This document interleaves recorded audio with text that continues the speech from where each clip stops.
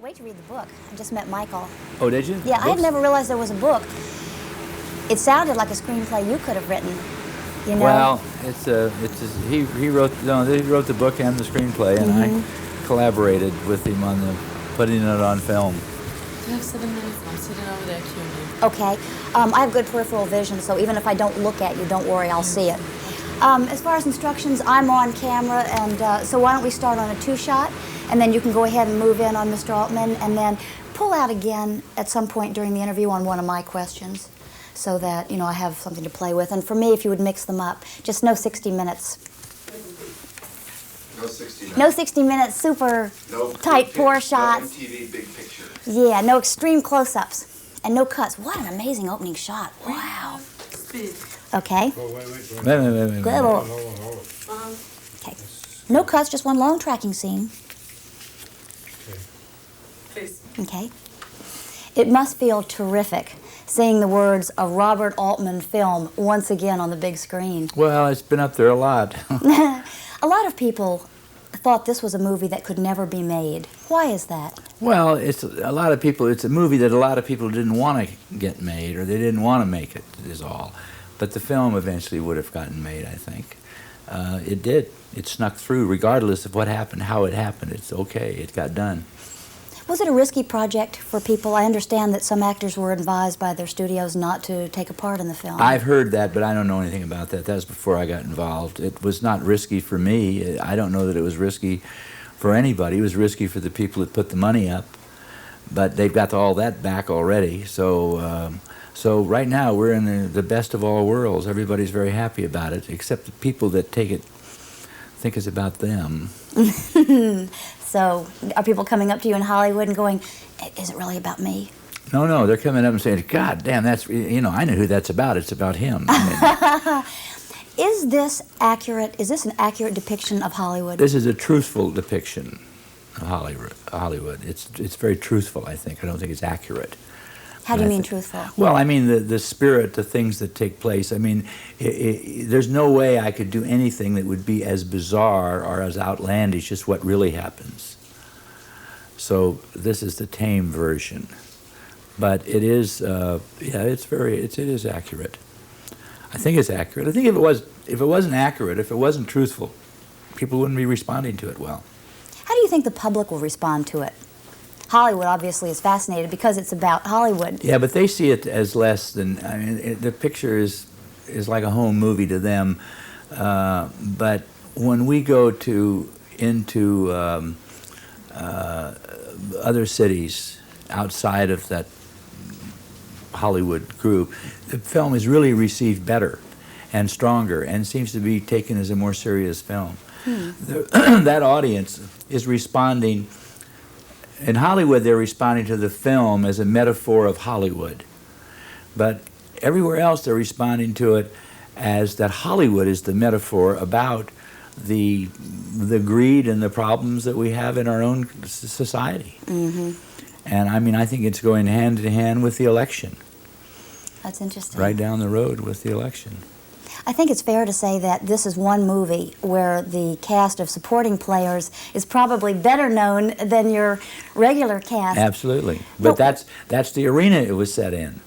And how else could I do it? I mean, how can I show you Hollywood if you don't see these people inhabiting it? Did you just pick up the phone and say, hey, Julia, hi, Bruce, Angelica, hey, it's Robert Altman. And That's right. That's exactly what I did. And they just all fell into line? They all agreed to it. They laughed and they said, yeah. And what they were really saying is that I want to make this protest. And, you know, I made a film called Nashville. And the people in Nashville didn't like it too much, the establishment. But everybody else did. And the same situation is here, this Hollywood. Now I think the Nashville people will really like it. Maybe this is my apology to Nashville. Very interesting, very interesting. Tell me about Tim Robbins as Griffin Mill. Why is he right for the role? Well, I don't know. I'd been dealing with Tim. I'd cast him in another film I was going to make that I have not been able to make yet. And I just liked him because, one, he's a terrific film director and writer and actor. And he he was able to bring all that sensibility to the film, and I knew that. And he's serious. He's a serious person, and he's a great artist. Actors enjoy working with you because you allow them freedom to create, to collaborate, even to have conflict. Was there a lot of improvisation then in this film? Oh, absolutely. I mean, there's always improvisation, or there's collaboration, and sometimes it comes out as improvisation in certain situations. But all of those pitches in the beginning with Buck Henry and Joan Tewksbury, those were all real things. I didn't have any idea what those people were going to say. Those are stories they pitch. That's the real thing.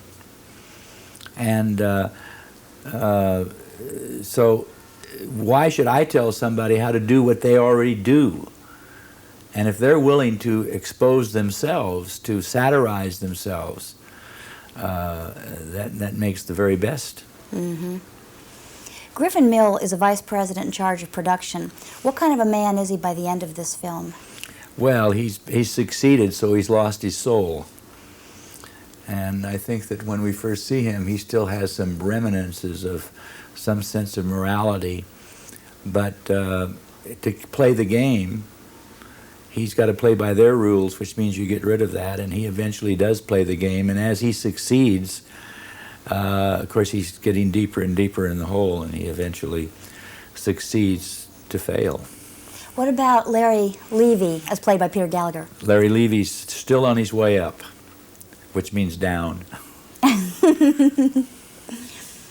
The movie has a happy ending. Well, the movie, if you want to call it a happy ending, the movie stops at a certain place. This movie, yes, has a happy ending. It has a happy ending for Griffin Mill, but it doesn't have a happy ending for Bonnie Chereau. Mm-hmm. Yet I think Bonnie Chereau's is saved by her failure in the movie, and I think he is condemned by his success in the movie. So happy is depending on where you look at it and who you think it's about. Is Robert Altman's film career in Hollywood going to have a happy ending? Are you back now? I've never been away, but this is my third or fourth comeback, so I assume somebody thinks I was out. But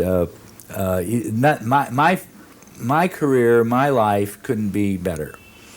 I don't know anybody living or dead who has had a better shake or a better career than I have, and and I'm grateful for that. And I don't know how I could get better, and anything worse, what difference does it make? Thank you very much. I know a lot of actors in Hollywood are very happy that you're having your fourth comeback, and this will be the one. Thank you. Thank you. Thanks Good a to lot. see you Yeah. again.